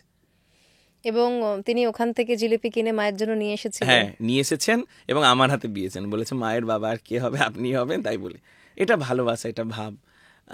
আমি শোনেন, আমি সবসময় বলি যে আমি মানে ততটা পাওয়ার মানুষ না যতটা মা আমাকে দিয়েছেন, এরকমই হয়। মা কিছু বিচার করে না, ভালোবেসে দিয়ে দেয়। মা অন্ধ, মা অন্ধ, স্নেহান্ধ খানিকটা। স্নেহান্ধ, আমার প্রতি স্নেহান্ধ। মা, এই যে মায়ের পুজো, মানে আমি শুনেছিলাম যে মায়ের পুজো একটা রীতি আছে, মানে ভক্তরা যদি কিছু চান তার জন্য একটা নির্দিষ্ট নিয়ম আছে, সেটা যদি একটু বলেন। মায়ের কাছে তেমনভাবে কোনো নিয়ম নেই। সন্তান যে মায়ের কাছে যে যা চাইবে মা তারই মনোবাঞ্ছা পূরণ করেন। একবার মাকে দর্শন করলেই ভক্তের মনোবাঞ্ছা পূর্ণ হয়, এটাই সত্য। এবং এই সত্যকে প্রমাণ করবার জন্য কোনো যুক্তি লাগবে না। আপনার যদি সত্যিই মনে কিছু চাইবার থাকে, যে মাকে একবার দর্শন করুন, আপনি দেখবেন সেই মনোবাঞ্ছা পূর্ণ হবেই হবে। আর একটা জিনিস, যে অনেক মানুষের থাকে দামি গ্রহরত্ন ধারণ করবার সামর্থ্য থাকে না, বা বিশেষ বিশেষ পুজো যেমন মাঙ্গলিক দোল, কালসর্প, সারিসাতি, এইগুলোর জন্যে বিশেষ যে বড় রকমের শ্রাদ্ধের মতন পুজো, এইগুলো করানোর মতন আর্থিক সামর্থ্য থাকে না। তাদের জন্য মায়ের একটা বিশেষ নিয়ম আছে, যে মাকে কেউ যদি 28টা শনিবার দর্শন করে, সব রকমের গ্রহদোষ কেটে যাবে। পাথর পড়ে কার কাটবে কি কাটবে না আমি সেটা বলতে পারবো না, আমি সেটা সঠিকভাবে জানি না, কিন্তু মাকে দর্শন করে কাটবে, এটা সত্য। মায়ের চরণে নবগ্রহ বিরাজমান। আমরা মনে করি যে 12টা রাশি আর নবগ্রহের 9টা নবগ্রহের মিলনের ফলে যে 108টা স্থান তৈরি হয়, সেটাই মানুষের কর্ম অনুযায়ী, কর্মফল অনুযায়ী ফল বিধান করে, এবং মানুষের জীবনে সুখ দুঃখ আসে, গ্রহ দশাগুলো চলে। তো ওই মাকে দর্শন করলে কোনো ভক্তের জীবনে, কোনো সন্তানের জীবনে এই গ্রহ দশাগুলো প্রভাব বিস্তার করতে পারে না। তার মানে এই যে আমরা 7.5 নিয়ে ভয় পাই, কালসর্পযোগ নিয়ে ভয় পাই, সেক্ষেত্রে মায়ের কাছে এই 28 দিন শনিবার পুজো দিলেই তা নিয়ে আর ভয় পাওয়ার দরকার নেই। না, মাকে দর্শন করলে এবার কি করে মানুষ বুঝবে যে আমার এই দশা কেটে যাচ্ছে? তার জীবনে ভালো হবে, খারাপগুলো সব কেটে যাবে, এটাই প্রমাণ করবে যে তার ভালো হচ্ছে। আর তো কোনো পদ্ধতি হয় না, সে নিজেই বুঝতে পারবে। 2, 4, 5টা শনিবার যাওয়ার পরেই সে বুঝবে যে তার জীবনে পরিবর্তন আসছে। এই পরিবর্তনই হলো এই গ্রহদশা থেকে মুক্তি। আপনি তো তন্ত্র নিয়েও চর্চা করেন, তন্ত্রের সঙ্গে মায়ের সম্পর্কটা ঠিক কিভাবে দেখেন আপনি? তন্ত্র হলো এমন একটা প্রসেস, এমন একটা প্রক্রিয়া, যেটা আপনাকে চিরন্তন আনন্দের দেশে নিয়ে যাবে। আপনার জীবনের সব দুঃখ থেকে আপনি মুক্ত হতে পারবেন, আপনার জীবনের সব রকমের খিদে মিটিয়ে দেবে। মানুষ একটা টাইমে খায়, তারপরে আবার পেট ভরে যায়, কিন্তু আবার মানুষের খিদে লাগে। মানুষের জীবনের সব খিদেগুলোই এইরকম। মনে হয় যে এটা আমি খেলে আমার পেট ভরে যাবে, কিন্তু মানুষের পেট ভরে না। তন্ত্রে কেউ যদি আসতে চায়, তন্ত্র সাধনা করতে চায়, তন্ত্রকে আমি যেভাবে দেখি, এটা একেবারে আলাদা পদ্ধতি। কেমন? তাকে একদম স্থির হয়ে যেতে হবে, একেবারে স্থির, যেমন শিব স্থির। ভয় থেকে, ঘৃণা থেকে, পাপ পুণ্য, লাভ ক্ষতি, পবিত্রতা অপবিত্রতা, সত্য মিথ্যা, পছন্দ না পছন্দ থেকে। আপনি কি পছন্দ করেন, কি অপছন্দ করেন, কিছু আসে যায় না। জীবন মৃত্যুকে এক হয়ে দেখতে হবে, জীবন আর মৃত্যুকে এক দেখতে হবে। এই ভাব যদি দেখেন যে কারোর মধ্যে প্রকাশ পাচ্ছে, সে যদি মনে করে যে আমি এইটা করতে পারবো, তবেই সে তন্ত্রে প্রবেশ করতে পারে, নাহলে তন্ত্র তার জন্য না। যেটাকে তন্ত্র বলতে আমরা সাধারণত বুঝি, তন্ত্র মানে সাধারণভাবে একটা প্রক্রিয়া, মানুষ জীবনের প্রক্রিয়াও তন্ত্র, মানুষের সাধনা পদ্ধতি, যে কোনো নর্মাল পুজো, সেটাও তন্ত্র, প্রক্রিয়া মানেই তন্ত্র। কিন্তু যেটা সত্যিকারের গুহ্য তন্ত্র, যেটা শক্তি সাধনা, যেটা তন্ত্রের সাধনা, সেটার জন্য মানুষকে এরকম হতে হবে। যে এরকম না, তার তন্ত্রে যাওয়ার দরকার নেই। মায়ের কি নবরাত্রিতে পুজো হবে? মায়ের নবরাত্রিতে আমাদের এখানে পুজো হয়। মায়ের এখানে সব রকমই পুজো হয়। আমাদের মহালয়ার দিন মায়ের আবির্ভাব তিথি, সেই দিন থেকে আমাদের নবরাত্রির পুজো শুরু হয়, এবং আমাদের এখানে 9 দিন ধরেই বা 10 দিন ধরেই পুজো চলে। 9-10 দিন ধরে যেমন তিথি পড়ে সেই অনুযায়ী। তো আমাদের এখানে শুধু ষষ্ঠী থেকে যে পুজো হয় দুর্গা পুজো, ওরকম হয় না, মহালয়া থেকে হয়। মহালয়া থেকে পুজো শুরু হয়। মানে সেই পুজোর কি কোনো বিশেষ রীতি আছে? সেই পুজোর বিশেষ রীতি নেই, শুধু অষ্টমীর দিন আর সন্ধ্যের দিন একটা বিশেষ পুজো হয়, মায়ের কাছে নারকেল ফাটায়, সেই নারকেলের দুধ দিয়ে মাকে একটা পায়েস রান্না করে দেওয়া হয়, নারকেলের দুধের পায়েস। মায়ের আপনি সন্ধেবেলায় প্রদীপের আলোয় আরতি করেন, তাই তো? শুধু আমাবস্যার দিন। হ্যাঁ, সেই অমাবস্যার দিনের আরতি কি সাধারণ মানুষ দেখতে পারে? হ্যাঁ, এই যে আমাবস্যার দিন মায়ের অন্ধকারে প্রদীপের আলোয় পুজো হয়, 11টা আমাবস্যায়, দীপান্বিতা আমাবস্যায় আলো জ্বালিয়ে মায়ের পুজো হয়। এই আমাবস্যাগুলোই শুধু আমরা না, পুরোহিতরা না, যে কোনো ভক্ত এই জিনিসটা অনুভব করতে পারে যে মা তাকাচ্ছে, মায়ের চোখ নড়ছে। মা যেন ভক্তের সঙ্গে নিজেকে কানেক্ট করে নেন। মাও ভক্তরা উন্মাদনায় মা মা করে নাচে, মাও যেন বাচ্চা বাচ্চা করে নাচে। ঠিক আছে, ভক্তরা এটা অনুভব করতে পারেন যে মা নড়ছে, মা জীবন্ত, মা কথা বলছে, মা হাসছে, মা চোখ নাড়াচ্ছে, মাও যেন ভক্তকে দেখছে, মাও যেন ভক্তকে জড়িয়ে ধরতে চাইছে, যেমনভাবে ভক্ত মাকে জড়িয়ে ধরতে চায়। এটা প্রত্যেক অনুভব করতে পারে। এই প্রতিটা অমাবস্যায় মায়ের এইভাবে পুজো হয়, 40 মিনিটের পুজো। এই 40 মিনিট বিশেষ 40 মিনিট, যে যাবে সেই এই সত্যকে অনুভব করতে পারবে যে মা জড়িয়ে ধরতে চাইছে, যেমন মাকে সবাই জড়িয়ে ধরতে চায়। এই যে ধরুন নবরাত্রির পুজো হয় মায়ের, অষ্টমীর দিন আপনি বললেন যে নারকেল ফাটিয়ে একটা বিশেষ পুজো হয়, এই সময়গুলো কি সাধারণ মানুষের জন্য মন্দির খোলা থাকে? হ্যাঁ, নারকেল কেন ফাটানো হয়? অনেকে মনে করে যে অশুভ, আমাদের জীবনে যে কোনো খারাপ জিনিস, খারাপ নেগেটিভিটি, খারাপ শক্তি, সেইগুলো যেন নাশ হয়, তার জন্য অষ্টমীর দিন মায়ের কাছে নারকেলের ওপর একটুখানি কর্পূর রেখে মাকে আরতি করে ভক্তরা, এবং সেই নারকেলটা নিয়ে গিয়ে ফাটায়, দিয়ে সেই নারকেলটা ফেলে দেয় যে আমার জীবনের সব অশুভ দিয়ে দিলাম। নারকেলটা সাধারণত মাথার মতন, মানুষের মাথার মতন, তো সেই শত্রুর মাথা ফাটিয়ে দেওয়া হয়।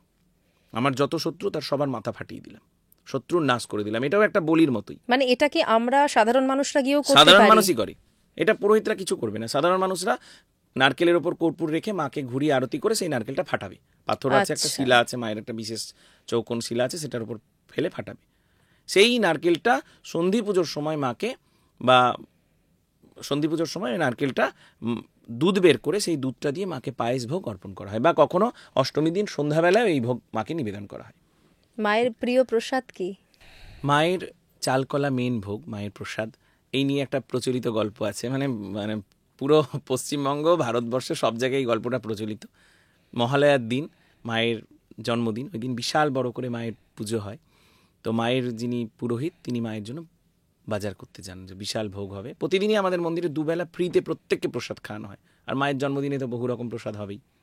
তো যখন বাজার করতে যায়, তো দেখে একটা ছোট্ট বাচ্চা মেয়ে কালো রং মেখে, জিভ লাগিয়ে, মা কালীর মতন সেজে ঘুরে ঘুরে বেড়াচ্ছে। আবার ওই পুরোহিতটার কাছে আসে, এসে বলে আমাকে কিছু পয়সা দাও না, আমি চাল কলা কিনে খাবো। তো বলে ভাগ, তুই কাজ করে খাগা, চাল কলা কিনে খাবি, কাজ করে খাগা। তারপর ধাক্কা মেরে ফেলে দিয়ে পুরোহিতের মতন বাজার করে মন্দিরে ফিরে চলে আসে। যখন রাত্রিবেলায় পুজো করতে বসে, মাকে বহু রকমের ভোগ সাজিয়ে দিয়ে মায়ের পুজো করতে করতে হঠাৎ দেখে পুরোহিত যে শিবের ওপর মনে হচ্ছে মা নাই। তখন ঘিয়ের প্রদীপটা মায়ের সামনে নিয়ে গিয়ে দেখছে যে সত্যিই মা নেই, শিব মরা মানুষের মতন পড়ে আছে। তখন ভাবছে আমি কি দেখছি, চোখটা এমনি করে ভালো করে মুছে আবার প্রদীপটা কাছে নিয়ে গিয়ে দেখছে যে সত্যিই কিছু নাই, আর ছম ছম করে আওয়াজ হচ্ছে। হঠাৎ শিবের বুকের ওপর যেন একটা পা রাখলো ধাপ করে, আর অন্ধকারের মধ্যে হাত বেরিয়ে এসে বলছে, দে না আমাকে চালকলা, দিবি না আমায়? ওই ছোট্ট বাচ্চা মেয়েটা, যে বাচ্চাটাকে সকালবেলায় দেখেছিল, সেই বাচ্চা মেয়েটা। ওটা দেখেই পুরোহিত অজ্ঞান হয়ে যায়। আর মনে করা হয় সেই দিন থেকে মা শ্যামসুন্দরী এরকম বাচ্চার মতন করে হাসছে, বাচ্চার মতন করেই চাইছে, আর ভক্তরা এই আবেগে মায়ের কাছে ওই চালকলা নিয়ে আসে। এই সময় আবার একটা আকাশবাণী হয়েছিল, এরকম বিশ্বাস, যে বলেছিল যে আমি শুধু বড় লোকের মা না, আমি গরিবেরও মা, যেন আমার কাছে সবাই নিজের সামর্থ্য অনুযায়ী এনে দিয়ে আমাকে খুশি করলো, এইটা যেন অনুভব করতে পারে ভক্তরা। তাই শুধুমাত্র এক মুঠো চাল আর একটা পাকা কলা দিয়ে আমি সন্তুষ্ট। তো তাই ভক্তরা মায়ের কাছে চাল আর পাকা কলা নিয়ে মায়ের কাছে পুজো দিতে আসে। এছাড়া আমাদের মন্দিরে বহু রকমের ভোগ হয়, যেমন পয়লা বৈশাখের দিন আমাদের মন্দিরে আদি মহাপ্রসাদ হয়, মাটির হাঁড়িতে লকড়ির উনুনে রান্না হয়। আগে লকড়ির উনুনেই, কাঠের উনুনেই মায়ের রান্না হতো, এখন গ্যাসে হয়, কিন্তু ওই দিন এখনও কাঠের উনুনেই রান্না হয়। নুন ছাড়া ভোগ হয়, নুন ছাড়া তেল ছাড়া মায়ের একটা ভোগ হয়। একটা লাড্ডু হয়, বিশেষ লাড্ডু পয়লা বৈশাখের দিন। আর একটা শরবত হয়, সারা চৈত্র মাস মাকে শরবত খাওয়ানো হয় গরমের জন্য। এবার পয়লা বৈশাখের দিন মানে মায়ের জন্য একটু বেশি আনন্দ জেগে যায়, বাচ্চা তো বারবার বলে যে আমার শরবত কই, আর পুরোহিতরা নাকি এতে খুব বিরক্ত হয়ে যায়। তখন মায়ের জন্য প্রচুর লঙ্কা বেটে ঝাল শরবত আনবে, একটু চিনি মেশানো হবে না এই শরবতে। কি দিয়ে অবস্থা, পয়লা কি বৈশাখে অত্যাচার করেন হ্যাঁ আপনারা। নুন ছাড়া খাবার আর ঝাল শরবত, ওইটা খেয়ে ঝালে যখন কান্নাকাটি জুড়ে দিবে সেই জন্য ওই লাড্ডু, ওই মিষ্টি লাড্ডু দেওয়া হয়। আর মা ওই দিন শরবত খাওয়ার পরে বলে না আমি আর শরবত খাবো না, তারপরে 1 বছর পর ভুলে গেলে আবার চৈত্র মাসে আবার মিষ্টি শরবত শুরু হয়, শরবতের প্রতি মায়ের নেশা কেটে যায়। এছাড়া মায়ের সোজা রথ থেকে উল্টো রথের মধ্যে একদিন 56 ভোগ মহোৎসব হয়, মায়ের কাছে 56 ভোগ নিবেদন করা হয়, এটা জগন্নাথের মানভঞ্জন উৎসবও বলা হয়। আর কালী পুজোর রাত্রে দীপান্বিতা অমাবস্যায় মায়ের ওখানে নারকেলের একটা বিশেষ পদ্ধতিতে নাড়ু করে দেওয়া হয় মাকে, বা নাড্ডু করে দেওয়া হয়, নারকেলের নাড়ু। আর একটা হলো শ্রী অমাবস্যায় মায়ের একটা বিশেষ নাড়ু হয়, আটা দিয়ে এক রকমের নাড়ু হয়, চাকিতে ভাঙা আটা দিয়ে। তো এইরকম বহু রকমের মায়ের প্রসাদ আছে এবং বিশেষ বিশেষ তিথিতে মাকে নিবেদন করা হয়। কিন্তু চাল কলাই মেন প্রসাদ, কারণ মা নিজে চেয়েছিলেন। আর যেটা সহজলভ্য, সবাই দিতে পারে, যেখানে গরিব বড় লোকের ভেদ থাকে না, একটা জিনিস যেটা পেয়ে মা খুব খুশি হয়। তাছাড়া মাকে সবাই ফ্রুটি, ক্যাডবেরি, চকলেট, মানে বাচ্চাকে যা দেওয়া যায় সবাই তাই দেয়। মানে আমি আমার মেয়ের জন্য যা যা কিনি মায়ের জন্য তাই নিয়ে গেলেই হবে। পুতুল দেয় মাকে ভালোবেসে, কি না দেয়, ছোট ব্যাগ দেয়, কি না দেয়। কেউ কেউ স্বপ্ন দেখেছে ফ্রক পরে ঘুরে বেড়ায়, ফ্রক নিয়ে আসে, মানে ভক্তদেরকে স্বপ্ন দেখায় যে ফ্রক পরে ঘুরে বেড়াচ্ছে, ফ্রক, ছোট ছোট বাচ্চাদের জামা, এগুলো পরে ঘুরে বেড়ায়। আসলে মা হলো ভাবের ঠাকুর, এটা পুরোটা ইমোশন, মানুষ Emotion. পুরোটা ইমোশন। আমি আপনাকে কি বলবো, মায়ের প্রতি এত ইমোশন শুধু আমাদের পশ্চিমবঙ্গে না, পশ্চিমবঙ্গের বাইরেও। আমি কিছুদিন আগে একটা কাজে উত্তর ভারত গেছিলাম, হরিয়ানা, দিল্লি, এই দিকটায়। তো আমি যেদিন আসি সেদিন একটা ফলের দোকানে আমি ফল কিনতে গেছি। খুবই গরিব মানুষ, মানে এত যে গরিব মানুষ আপনাকে আমি কি বলবো, হয়তো 2-3 হাজার টাকার খুব বেশি হলে ফল নিয়ে ব্যবসা করতে বসেছে। আর একদম ফাঁকা জায়গায় একটা ঠেলা ছোট্ট ইসের মধ্যে করে নিয়ে, তো আমি ওর কাছে ফল কিনেছি, খেজুর আর লিচু কিনেছি মায়ের জন্য। আরও 2-4 রকমের ফল ওর দোকানে ছিল, অল্প অল্প, মানে একেবারেই অল্প অল্প পরিমাণে। তো আমি বলছি যে তুমি একটু দাম কম নাও, ভালো ভালো বেছে দাও। এই আমার প্রতিও বিরক্ত হয়ে, তখন মানে বিরক্ত হয়ে যাচ্ছে। তাহলে বললাম আমি মন্দিরে দেবো, তুমি জানো? তো বলছে কোন মন্দিরে? তা আমি বললাম মা শ্যামসুন্দরীর মন্দির। তখন ও আমাকে জিজ্ঞেস করছে কোথায় এই মন্দির? তাই না, কলকাতায় মা শ্যামসুন্দরীর মন্দির। বলছে কলকাতা মে আপ যাইয়েগা, মানে কলকাতায় যাবেন? আমি বললাম হ্যাঁ। তো দিয়ে মানে ওর আমাকে দেখে এত সন্দেহ হচ্ছে বলে আমি আমার মোবাইলে মা শ্যামসুন্দরীর ছবি আছে, ওটা বের করে দেখিয়েছি। আমি বললাম এই যে এর কাছে। বলছে ইনকে পাস, মানে ইনার কাছে? তাই বলে ও বলছে একটু একটু দাঁড়ান। মানে ওর দোকানে যতটা ফল ছিল তার অর্ধেকের বেশি ফল ও একটা বড় ব্যাগ করে ভর্তি করে দিয়ে দিয়েছে। বলছে এটা নিয়ে যে মাকে আপনি দেবেন। ওর মধ্যে আমি দক্ষিণাও দিয়ে দিয়েছি। আপনি কিসে যাবেন? তা আমি বললাম যে আমি এতে যাচ্ছি। তো বলছে আমার তো খুব একটা সামর্থ্য নাই, তো আমি তবু আপনাকে যা পারছি দিয়ে দিচ্ছি ভাড়াটা, কিন্তু মায়ের কাছে আপনি পৌঁছে দিন। আমি বললাম না না, ভাড়া লাগবে না। আমি যখন চলে আসছি বারবার বলছে যে আপ সহি মে মা কো দিজিয়েগা না, মা কে পাস যাইয়েগা না, মা শ্যামসুন্দরী কলকাতা वाली মা শ্যামসুন্দরী কে পাস যাইয়েগা না। তো আমি ওর অত সন্দেহ দেখে আমি বললাম তুমি তোমার নাম গোত্র লিখে দাও। মানে আমি ওকে বলিনি যে আমি ওই মন্দিরেরই পূজারি, বললাম তোমার নাম গোত্র লিখে দাও। তো তখন ও আমাকে একটা উত্তর দিচ্ছে যেটা মানে আমাকে মানে মানে আশ্চর্য করে দিয়েছে যে এরকমও ভক্ত আছে। বলছে आप जब फल लेके माँ के पास जाइएगा ना, माँ फल देख के समझ में आ जाएगा माँ का कि मेरा कौन सा बेटा भेजा है। কতটা আবেগ। তাই বললাম তোমার কি ইচ্ছা, তুমিও তো যেতে পারো মায়ের কাছে। বলে আমার সেই সামর্থ্য নাই, আমি খুব গরিব মানুষ। আমি মায়ের কাছে তো এটাই বলি, আমার বাড়ি করবার ইচ্ছা নাই, আমাকে যেন একটু কিছু পয়সা দেয় যাতে আমি মা শ্যামসুন্দরীকে যে একবার দর্শন করে আসতে পারি কলকাতায়। তো মা ভাবের ঠাকুর, মাকে যে মানুষ কত ভালোবাসে। এক এক সময় আমার হিংসা হয় যে আমি মনে হয় এতটা ভালোবাসতে পেরেছি কিনা। এত কিছুর মধ্যেও মাঝখানে যে এত ঝামেলা হলো, এত সমস্যা হলো, কেন হলো আপনার কি মনে হয়? শোনেন, মায়ের ইচ্ছা ছাড়া কিছু হয় না, সবই মায়ের লীলা। মা আমাদেরকে মায়ের কাছে স্থান দিয়েছেন, আমাদেরকে নিয়ে মা মায়ের লীলার অংশ বানাচ্ছেন, তার জন্যই ঝামেলা হলো। ঝামেলা হয়েও তো মায়ের মন্দির খুলেছে, ভক্তরা আসছে, কিছুই হয়নি, সবাই আসছে। আমাদের যদি সত্যি দোষ থাকতো, সেই দোষ প্রমাণ হতো, আমরা পালিয়ে যেতাম। সবাই ভেবেছিল আমরা মনে হয় পালিয়ে গেলাম, টাকা পয়সা হেনা তেনা নিয়ে। হ্যাঁ, প্রথমে তো এই ধরনের কথাই রটেছিল, যেমন আরোপ করা হয়েছিল যে টাকা পয়সা হেনা তেনা নিয়ে পালিয়ে গেলাম। আমরা তো পালিয়ে যাইনি, কারণ আমরা জানি যে আমরা সত্যের সঙ্গে আছি, আমাদের সঙ্গে মা আছে। স্বামী বিবেকানন্দ বলতেন যে সব কিছুর জন্য, সত্যের জন্য সব কিছুকে ত্যাগ করা যায়, কিন্তু কোনো কিছুর জন্যই সত্যকে ত্যাগ করা যায় না। তো আমরা সেই সত্যের সঙ্গে আছি, যে সত্য পরম সত্য, আপেক্ষিক সত্য না, কনস্ট্যান্ট ট্রুথ। ধ্রুব সত্য। আপনাদের ওখান থেকে তো মনে হয় শাড়িও দেওয়া হয়, মায়ের শাড়ি তো সবাইকে দানও করা হয়। হ্যাঁ, আমাদের মায়ের মন্দিরে দুর্গাপুজোর ষষ্ঠীর দিন সন্ধ্যাবেলায় যে দাঁড়াবে তাকেই মায়ের প্রসাদী শাড়ি দেয় প্রত্যেককে। আগে থেকে কোনো নাম লেখা টোকেন কিছু নেই, এমনকি গরিব বড় লোকেরও কোনো ব্যাপার নেই যে গরিব মানুষদের জন্য বিশেষ সুবিধা দেওয়া হবে, এরকম না। গরিব মায়ের কাছে সবাই এক, মায়ের গরিব বাচ্চা, ছোট বাচ্চা, বড় বাচ্চা, সব বাচ্চা এক। যে মায়ের কাছে দাঁড়াবে দুর্গাপুজোর ষষ্ঠীর দিন সন্ধ্যাবেলায় সেই মায়ের প্রসাদী শাড়ি পাবে। আর পয়লা পৌষের দিন শাড়ি এবং চাদর দুটোই দেওয়া হয়। আর বাচ্চাদেরকে ওই মাকে বললাম না, ছোট ছোট ব্যাগ দেওয়া হয়, এইসব ব্যাগ পুতুল এগুলোও বাচ্চাদেরকে দেওয়া হয় দুটো দিনই। তার মানে আপনারা সব রেখে দেন, মানে কিছুই, আমরা যেরকম অনেক জায়গায় শুনি যে মন্দির থেকে বেচে দেওয়া হচ্ছে, সেসব আপনারা কিছুই করেন না, আমাদের মন্দির থেকে এই শাড়ি দুর্গাপুজোর ষষ্ঠীর দিন যত ভক্ত যায়, আজ পর্যন্ত আমাদের মন্দিরে কখনো কম পড়েনি, অভাব পড়েনি যে আমাদের মানে কম পড়ে গেল, আমরা 5 জনকে দিতে পারলাম না, এরকম কখনো হয়নি। মানে এমনও আরেকটা জিনিস আমাদের মন্দিরের যেটা বিশেষ, যে মায়ের কাছে যাচ্ছে সে তো তার পছন্দের জিনিসই নেবে। ধরেন আমরা কাউকে একটা শাড়ি তুলে দিলাম, সে বলছে না এটা না, আমার ওই লাল রংটা না, সবুজ রংটা পছন্দ, তো আমরা সবুজটাই দিয়ে দিই। আর আমাদের মন্দিরে মাকে ভক্তরা এতই ভালোবাসে যে আমাদের ওখানে সুতির ছাপা পড়ে না, হয় বেনারসি না হয় দামি তাঁতের শাড়ি পরে, আর সবাইকে সেটাই দেওয়া হয়। সুতির ছাপা, সিনথেটিক সস্তা দামের শাড়ি ওইসব দেওয়া হয় না আমাদের মন্দিরে, কারণ আমাদের মন্দিরে ভক্তরা ওরকম জিনিস মাকে দেয়ই না। ধরুন যাদের সামর্থ্য নেই তারা নিজেরা যা পড়েন তাই তো মাকে দেবেন, না। যদি দেওয়া হয় আপনারা অ্যাকসেপ্ট করেন নিশ্চয়ই? আমরা যা দেয় তাই নিই। আমাদের মা লালপের শাড়ি, সাদা শাড়িও পরে।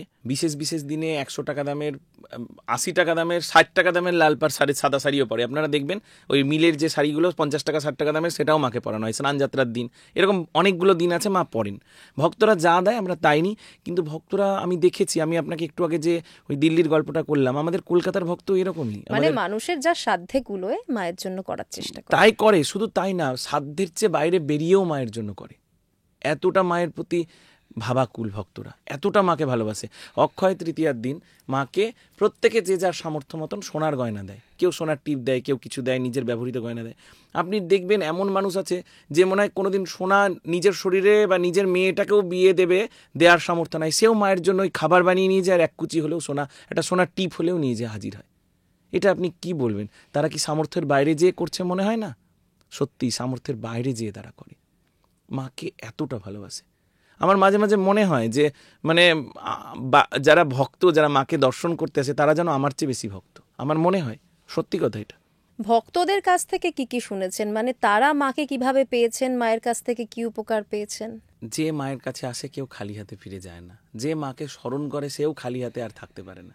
মা প্রত্যেককে ভরিয়ে দেয়। আমাদের মন্দিরে একটা ছোট্ট বাচ্চা মেয়ের মা এসেছিল, বাচ্চা মেয়েকে নিয়ে। কিছুদিন আগে সে কোমায় যায়, মানে সে অসুস্থ হয়ে যায়, ছোট্ট বাচ্চা, 5-6 বছর বয়স। কোমা থেকে যখন সে ঠিক হলো, তার মায়ের কাছে পুজো দিয়ে গেছিল সুখিয়া স্ট্রিটের মন্দিরে, এবং তার কিছুদিন পরে বাচ্চা ঠিক হয়ে যায়। বাচ্চাকে নিয়ে যখন মন্দিরে আসে, তখন বাচ্চা এসে বলে, মা এই তো আমার সঙ্গে যে তখন খেলতো, আর আমার হাতে পদ্মফুল দিয়ে বলেছিল যে তোমাকে আমি বাড়ি নিয়ে যাবো, আমি তো তোমার বন্ধু। সেই বাচ্চাটাই মানে যখন মায়ের সঙ্গে এসে আমি মানে এটা আমি নিজে দেখছি, মন্দিরে দাঁড়িয়ে আছে, আর মায়ের তখন আরতি হচ্ছে, পুজো হচ্ছে, অনেক লোক দাঁড়িয়ে আছে। তার মধ্যে ওই বাচ্চাটা আরেকজনকে বলছে, একটু সরে দাঁড়া, সরে দাঁড়া, ঠেলছিস কেন? তখন ওর মা বলছে, কি হয়েছে, কাকে বলছো? তো বলছে, ওই যে মা শ্যামসুন্দরী আমাকে শুধু ঠেলে ঠেলে দিচ্ছে। অথচ মা শ্যামসুন্দরীর সামনে পুজো হচ্ছে, ও তার সামনে দাঁড়িয়ে আছে। ভক্তরা মাকে আলাদাভাবে অনুভব করে। এরকম কত ঘটনা বলবো। একটা ভক্ত এসেছিলেন অসম থেকে, বাঙালি তিনি, অসমিয়া না, বাঙালি। তো তার স্বামীর ক্যান্সার হয়েছিল, সে মাকে মোবাইলে প্রার্থনা করেছিল, মা তুমি এসো। তো যখন মুম্বাইয়ে ওনার চিকিৎসা হচ্ছিল, তো অপারেশনের সময় ওনার স্বামী দেখছেন, মানে হয়তো উনি অজ্ঞান ছিলেন, তবু উনি মনে হচ্ছে দেখছেন যে ডাক্তারের পাশে মা শ্যামসুন্দরী দাঁড়িয়ে আছেন, আর কি একটা ওনার মধ্যে ঢুকিয়ে দিলেন, এমনি করে হাত দিয়ে টেনে নিংড়ে বের করে নিলেন। ওনার স্বামী সুস্থ হয়ে গেলেন। ডাক্তারও বলেছিলেন যে মানে এত তাড়াতাড়ি রিকভার বা সুস্থ হয়ে যাবেন কেউ ভাবেনি, সবাই ভেবেছিল যে উনি মারা যাবেন। এরকম বহু ঘটনা আছে মায়ের। তাছাড়া বহু বিদেশি ভক্ত মায়ের কাছে আসে, জাপান থেকে আসে, থাইল্যান্ড থেকে আসে, আমেরিকান ভক্ত, রেড ইন্ডিয়ান, আমেরিকান আদিবাসী এবং আমেরিকান ওনার স্বামী, ওনারা বহুদিন আগে মায়ের মন্দিরে এসেছিল, অনেক দিন আগে, 2-3 বছর আগে। তারা পর্যন্ত মায়ের চোখ নড়তে দেখেছে, এমনি নর্মাল সময়, বিকালবেলা এমনি বসে থেকে, আরতির সময় না, এমনি নর্মাল সময় মাকে দর্শন করতে গিয়ে ওনারা দেখছেন যে মায়ের চোখ নড়ছে, মা মুখ হাসছে, মুখকে নাড়াচ্ছেন। এটা ওনারাও অনুভব করেছেন। সবার জন্য এক, যা সত্য তা সবার জন্য এক। যেমন সূর্য যখন আলো দেয়, সেটা কি শুধু মুষ্টিমেয় কয়েকজন দেখতে পায়? যে দেখতে চায় সেই দেখতে পায়, যে দেখতে চায় না সেও দেখতে পায়। তো মাকে যদি কেউ চায় যে মা তার উপকার করুক, মায়ের দ্বারা তার ভালো হোক, তবে মা তা করবে। জয় মা শ্যামসুন্দরী। জয় মা শ্যামসুন্দরী। খুব ভালো লাগলো, অনেক কিছু জানলাম। একটাই কথা বলবো, গুজব অনেক হবে, অনেক কিছু হতে পারে। যেরকম আছেন সেরকমই থাকুন, সত্যির সঙ্গে থাকুন। মা যেমন রাখবে তেমনই থাকতে পারবো। মায়ের কাছে আমিও এই প্রার্থনা করি যেন সত্যিকারের মায়ের সন্তান হয়ে থাকতে পারি। জয় মা শ্যামসুন্দরী।